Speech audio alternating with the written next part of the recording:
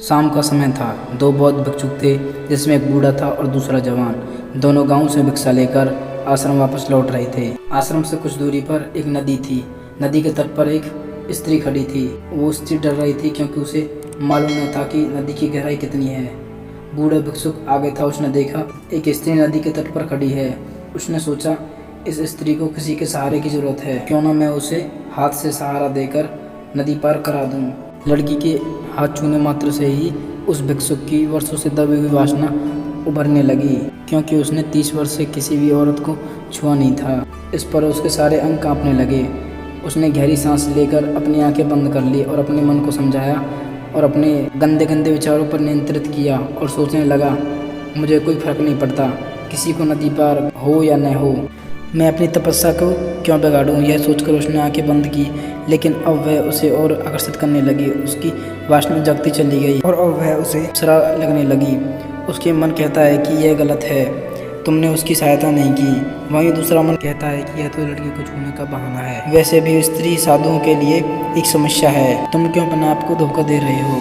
और बाद में उसने सोचा कि उसका एक साथी पीछे छूट गया है, कहीं वो कोई गलत न कर दे।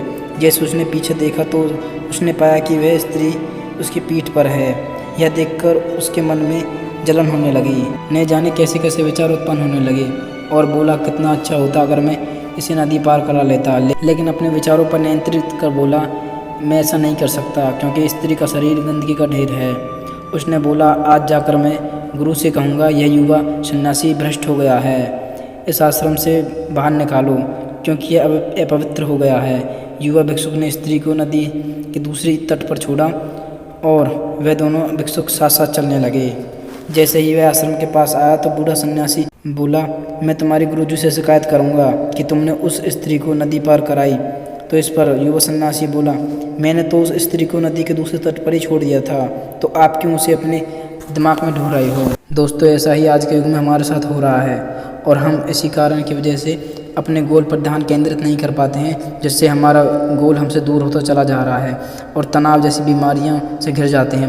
मनुष्य जिस समस्या को दबाने की कोशिश करता है, असल में वही समस्या खुद ब खुद बढ़ने लगती है। इसलिए समस्याओं के बारे में कम से कम विचार करें। अगर आप अधिक विचार करोगे तो यह एक बवंडर का रूप ले लेंगे। इसलिए वर्तमान में जियो, क्योंकि वर्तमान से ही भूतकाल है और भविष्य जुड़ा है। आप सिर्फ वर्तमान को कंट्रोल करो, क्योंकि जो वर्तमान में जिएगा वह आने वाले भविष्य का एक बड़ा भूतकाल एक मिसाल बनेगा।